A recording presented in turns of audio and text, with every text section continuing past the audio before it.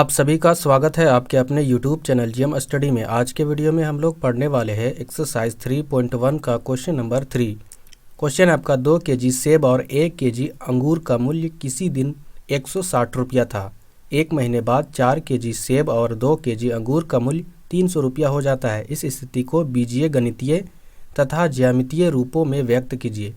इस वीडियो में हम इस प्रश्न को पूरी तरीके से अच्छे से समझाएंगे और आपको बताएंगे, तो प्लीज़ वीडियो को पूरा देखिएगा। पूरा देखने के बाद यदि आपको यह वीडियो समझ में आता है तो प्लीज़ वीडियो को लाइक और चैनल को सब्सक्राइब जरूर कीजिएगा। तो चलिए बिना देर किए हुए हम लोग इस प्रश्न को हल करते हैं। सबसे पहले यहाँ पर देखिए, हल लिखकर आपको क्या करना होगा, दो चीज़ यहाँ पर दिया होगा यानी दो राशि, ठीक है। एक सेब है और दूसरा अंगूर है। तो यहाँ पर 2 केजी और 1 केजी के रूप में है, कहीं पर 4 केजी और 2 केजी के रूप में है। तो हम लोग क्या कर लेंगे, मान लेंगे कि 1 केजी सेब का मूल्य बराबर x रुपया और 1 केजी अंगूर का मूल्य y रुपया। इस तरीके से मान लेना है। मानने के बाद अब हम लोग क्या करेंगे, प्रश्न के अनुसार जैसे जैसे यहाँ पर बोला गया है उस हिसाब से हम लोग यहाँ पर समीकरण निकालेंगे, ठीक है। समीकरण 1 और 2। तो प्रश्न के अनुसार यहाँ पर प्रश्न को पढ़ते हैं कि आखिर प्रश्न के अनुसार क्या बोल रहा है।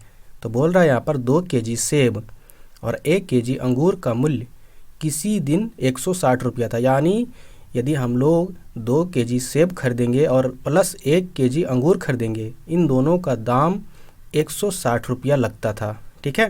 तो यानी यहाँ पर लिख सकते हैं, यदि 1 केजी सेब का दाम x रुपया है, ठीक है, 1 केजी सेब का दाम x रुपया, तो 2 केजी सेब का दाम कितना होगा, 2 गुने x बराबर 2x, यही ना होगा।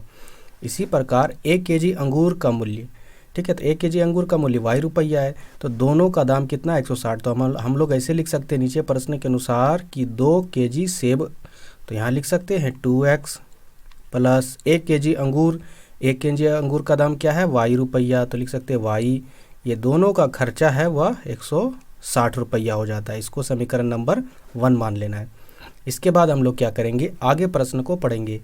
एक महीने बाद 4 केजी सेब और 2 केजी अंगूर का दाम 300 रुपया हो जाता है। यानी एक महीने के बाद 4 केजी सेब, यानी 1 केजी सेब का दाम x रुपया, तो 4 केजी सेब का दाम 4x ना हो जाएगा, तो हम लोग लिखेंगे 4x प्लस, और 2 केजी अंगूर का दाम, तो 1 केजी अंगूर का दाम y रुपया, तो 2 केजी अंगूर का दाम 2y हो जाएगा, तो यहाँ लिख देंगे 2y बराबर कितना हो जाता है, दोनों का खर्चा 300 रुपया बराबर 300। ये समीकरण नंबर 2 मान लेना है, ठीक है। या फिर थोड़े से आप यहाँ पर इसको सॉल्व कर सकते हो, यहाँ पर सॉल्व होगा, ठीक है। यानी यहाँ पर दोनों में क्या है, 2 कॉमन है, तो यहाँ से देखिए 2 कॉमन ले लेंगे, यानी 2 बाहर निकाल देंगे, तो बचेगा अंदर में क्या, यहाँ बचेगा 2x प्लस, यहाँ पर 2 बाहर निकल गया तो सिर्फ y बचा बराबर इधर हो जाएगा 300। यहाँ क्या करेंगे, 2x प्लस y को छोड़ देंगे और 2 को इधर भेज देंगे, तो ये गुने में था, इधर आके 300 के बटे में हो जाएगा, और ये कटेगा कितना बार में, 15 दूनी 30, और ये 0 बचा, यहाँ रख देना, यानी 150 हो जाएगा। 2x प्लस y बराबर 150, ये समीकरण नंबर 2, ठीक है। यहाँ भी मान लोगे तो कोई प्रॉब्लम होने वाला नहीं है, लेकिन हम लोग पूरी तरीके से सॉल्व करके समीकरण 2 को मान लेना है। उसके बाद हम लोग क्या करेंगे, इसको क्या करेंगे, बीजीय गणितीय रूप में ये व्यक्त हो चुका है, बीजीय गणितीय रूप में, ठीक है। अब क्या करेंगे, ज्यामितीय रूप में व्यक्त करेंगे, यानी ग्राफीय रूप में।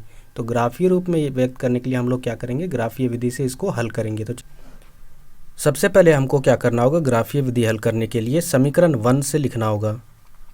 समीकरण 1 से लिखने के बाद समीकरण 1 क्या है, 2x प्लस y बराबर 160। इसके बाद हम लोग क्या करेंगे, यहाँ पर एक छोटा सा बॉक्स बनाएंगे।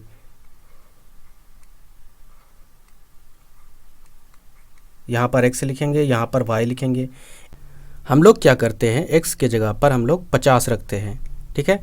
तो यहाँ पर भी समीकरण में रखेंगे 50, तो 2 गुने 50 प्लस y बराबर 160 हो जाएगा।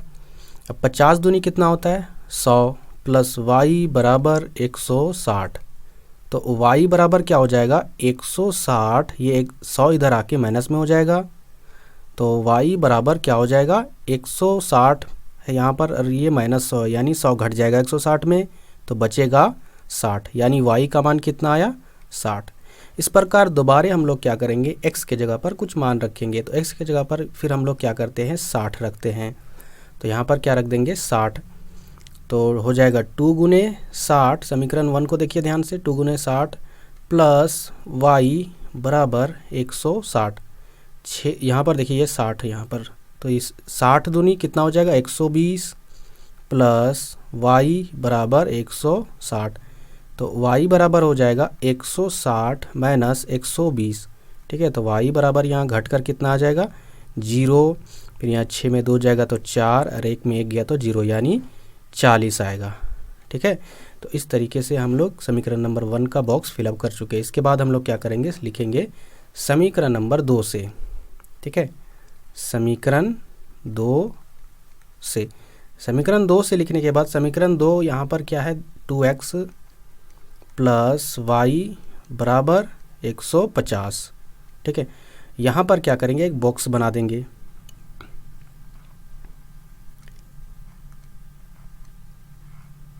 यहाँ पर लिखेंगे x, यहाँ पर लिखेंगे y। x के जगह पर हम लोग क्या करते हैं, फिर से रखते हैं 50।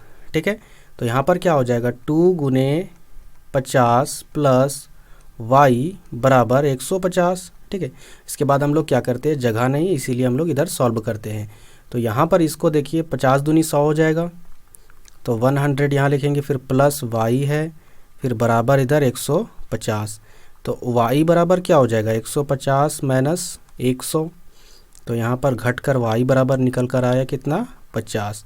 तो यहाँ पर क्या लिख देंगे y का मान 50।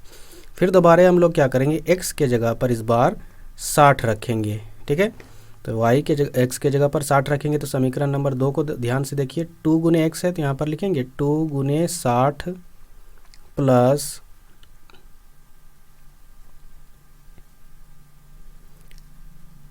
तो यहाँ पर क्या है 2 गुने x, यानी 2 गुने 60 लिखेंगे, उसके बाद प्लस y बराबर 150। उसके बाद देखिए ये 60 दूनी 120 प्लस y बराबर 150। तो y बराबर क्या हो जाएगा 150 माइनस 120। तो ये घट कर कितना आ जाएगा, 0 में 0 0, 5 में 2 जाएगा तो बचेगा 3, 1 में 1 गया तो ख़त्म, यानी यहाँ पर आ जाएगा 30। इस तरीके से आप समीकरण 1 से समीकरण 2 से बॉक्स को फिलअप कर देना है। उसके बाद सीधा हम लोग चलते हैं ग्राफ पेपर। अब यहाँ पर x का मान क्या है 50 है पहले वाले समीकरण के बॉक्स में, तो हम लोग क्या करेंगे x वाले लाइन में 50 की ओर जाएंगे। एक यहाँ पर 10 है, 20 30 40 50। उसके बाद फिर y का मान 60 है, तो ऊपर की ओर जाएंगे 10 20 30 40 50 60, यानी यहाँ पर जो बिंदु बनेगा इस बिंदु का निर्देशांक हो जाएगा 50,60। इसके बाद आगे है x का मान 60 और y का मान 40, तो x का मान 60 तक जाएंगे, 10 20 30 40 50 60। उसके बाद फिर y का मान क्या है 40 तक, तो यहाँ से जाएंगे 10 20 30 40। तो ये वाला जो बिंदु बनेगा इस बिंदु का निर्देशांक हो जाएगा 60,40।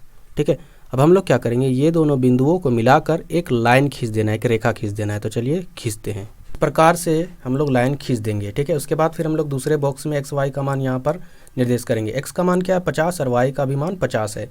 तो सबसे पहले एक्स के लाइन में 50 जाएंगे, तो 10 20 30 40 50, और वाई में भी 50, 10 20 30 40 50। तो ये बिंदु यहाँ पर बनेगा। इस बिंदु का जो निर्देशांक हो जाएगा वह हो जाएगा 50,50। उसके बाद फिर दूसरा क्या है 60, एक्स का और वाई का मान 30, तो 10 20 30 40 50 60 यहाँ पर हो जाएगा, और फिर वाई में 30, 10 20 30। ठीक है, तो यहाँ पर जो बिंदु बनेगा इस बिंदु का जो निर्देशांक हो जाएगा वह हो जाएगा 60,30। अब इन दोनों बिंदुओं को मिलाकर एक रेखा खींच देना है। तो चलिए रेखा को खींचते हैं। तो इस प्रकार से दूसरी रेखा भी खींच सकते हो। ठीक है, तो यहाँ पर प्रश्न में यही बोला गया था कि इसका ज्यामितीय निरूपण कीजिए। तो यहाँ पर आपका ये जो ग्राफ में निरूपण कर दिए हैं यहाँ पर दो रेखाओं द्वारा, इसी को कहते हैं ज्यामितीय निरूपण। तो उम्मीद करते हैं कि आपको यह प्रश्न पूरी तरीके से समझ में आया होगा। किसी तरह कोई भी डाउट हो तो प्लीज़ कमेंट बॉक्स में ज़रूर बताइएगा, और चैनल को सब्सक्राइब करना मत भूलिएगा।